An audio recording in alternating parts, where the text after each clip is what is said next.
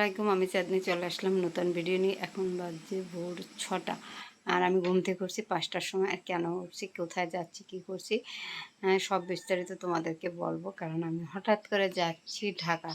কারণ হঠাৎ করে এটা আসলো যে যেহেতু আমি ডাক্তার দেখাই, আমার একটা টেস্ট আছে, ওই রিপোর্টটা বের হয়েছে 1.5 মাস পর। তাই রিপোর্টটার জন্য আমার ঢাকা যেতে হবে আর্জেন্ট। তা হঠাৎ করে কিছু না নিয়েই রাত কয়টা 7টা না 8টার সময় হলো যে ঢাকা যেতে হবে। তাই এখন তো কোরবানির ঈদকে পাবো না, বাসে টিকিট পাবো না। তারপরও কোনো রকম করে ম্যানেজ করলাম, টিকিট যাওয়ারটা পাই, আসার টিকিটটা পাই না, কখনোই পাইতেছি না, আসার টিকিট পাইতেছি না। তারপর ফাইনালি টিকিটটা পেলাম। তা পাওয়ার পর একটু হালকা লাগছে যে টিকিটটা পাওয়া গেছে, আসা যাবে। আর নাহলে আমি চিন্তা করে গেছিলাম আমি যেতে পারবো, আমি আসবো কীভাবে ঢাকা থেকে, এটাই তো একটা কথা ছিল। তা যেহেতু যেতে পারছি, আসার টিকিটটা করে নিচ্ছি, আসার টিকিটটাও আমি নিয়ে নিচ্ছি, আমি আসতে পারবো ওই গাড়িতেই। যে গাড়িতে যাব ওই গাড়িতে আমার আবার সোমবার নিয়ে আসবে। ওই সোমবার না, বুধবার দিন বা বৃহস্পতিবার দিন আমার নিয়ে আসবে। বৃহস্পতিবার দিন নিয়ে আসলেও আমার সমস্যা না। আর যদি বুধবার আনে তাহলে বুধবার চলে আসবো। তা আবার দিনের বেলা রাতে না, নাইটের গাড়িতে আমার ভালো লাগে না। তাই যাব। আজকে যাচ্ছি কিবার সোমবার। তাই সোমবার যাচ্ছি, মঙ্গলবার বুধবার ডাক্তার দেখাই বুধবার চলে আসতে পারি।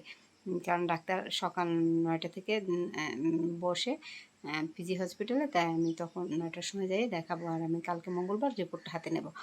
রিপোর্টটা নিয়ে ডাক্তারকে একটু রিপোর্টটা এই ছুটে দেখাই নিয়ে আসবো, দেখাই তারপর চলে আসবো। তা চলো তোমাদের সাথে বাকি ভিডিওটা, সম্পূর্ণ ভিডিও শেয়ার করব। আর যাচ্ছি ওগুলো সব শেয়ার করব, কোথায় যাচ্ছি, কী করছি। কোথায় যাব না, পুকুর বসায় যাব, আর সাথে রিপোর্টটা নেব। পুকুর বসা ছাড়া আর কোথায় যাওয়া যাবে না। কারণ আমি পুকুর বসার দিকে ভালো চিনি। কারণ চেনাশোনা জায়গা থেকে, নারায়ণগঞ্জ থেকে ভালো চিনি। বাট নারায়ণগঞ্জের বোনেরা চলে আসবে যাইয়া কালকে চলে আসবে। তারা কালকে চলে আসবে, ঢাকা থেকে মঙ্গলবার চলে আসবে। তাদের টিকিট করা আসার জন্য, যে মঙ্গলবার তারা চলে আসবে।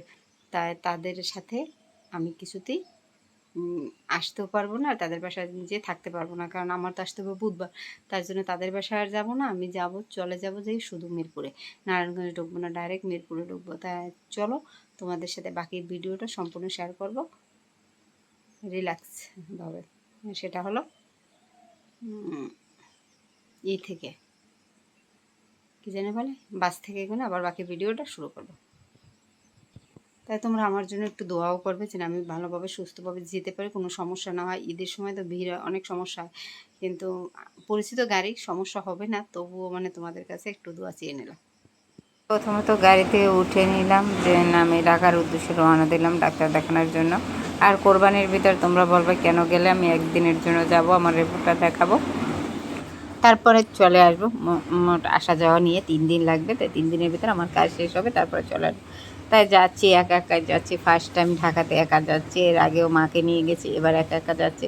একা যাওয়ার ফিলটা অন্যরকমের, সবার সাথে যাওয়ার ফিলটা অন্য রকমের। কারণ তোমার ভালো লাগাটা সবসময় প্রাধান্য দিলে হবে না। সেটা হলো সবার সাথে, সময়ের সাথে মিলিয়ে চলতে হবে। সবাই যখন সময় পাবে তখন হলে যেতে হবে, এমন একটা অবস্থা হয়ে যাবে। আর তুমি যদি একা চলতে পারো তাহলে কাউকেই দরকার হবে না, একা একা যেতে পারবে যে কোনো জায়গায়। তাই আমি যেহেতু একা চলতে শেখার চেষ্টা করতেছি, একা একা চলতে হবে। আগে খুব ঢাকা শহরকে ভয় পেতাম, কোথায় যাব, কীভাবে চলবো, রাস্তা পারতে পারি না, রাস্তায় যেতে পারি না, আমি কি করব। কিন্তু এখন আমি পারি, কারণ আমার কোনো সমস্যা হয় না একা চলার জন্য। তাই এসেই প্রচণ্ড ক্ষুধা লেগেছে, গাড়ি থেকে নেমে কাচ্চি বিরিয়ানি। তাই এই যে আমার কাচ্চি বিরিয়ানিটা খেয়ে নিলাম। অসাধারণ একটি খাবার, বলে বোঝাতে পারবো না যে এত ভালো খাবার কেন। চলে আসছি, ফুপুদের বাসায় চলে আসলাম। এসে আর কোনো ভিডিও টিডিও করে নিয়ে ঢাকাতে এসে পৌঁছেছি 1:30টার সময়। তারপর বাইরে খাওয়া দাওয়া করলাম, যে বাইরে খাওয়া দাওয়া করছি, কাচ্চি বিরিয়ানি খেলাম। কাচ্চি বিরিয়ানিটা খুবই মজাদার, এবং ওই জায়গার বিরিয়ানিটা আমি খুবই পছন্দ করে খাই, যেটা বলার মতন না। তাই ওই জায়গায় থেকে কাচ্চিটা খেয়ে তারপরে বাসায় আসলাম। এসে গোসল টোসল করে রেস্ট নিলাম।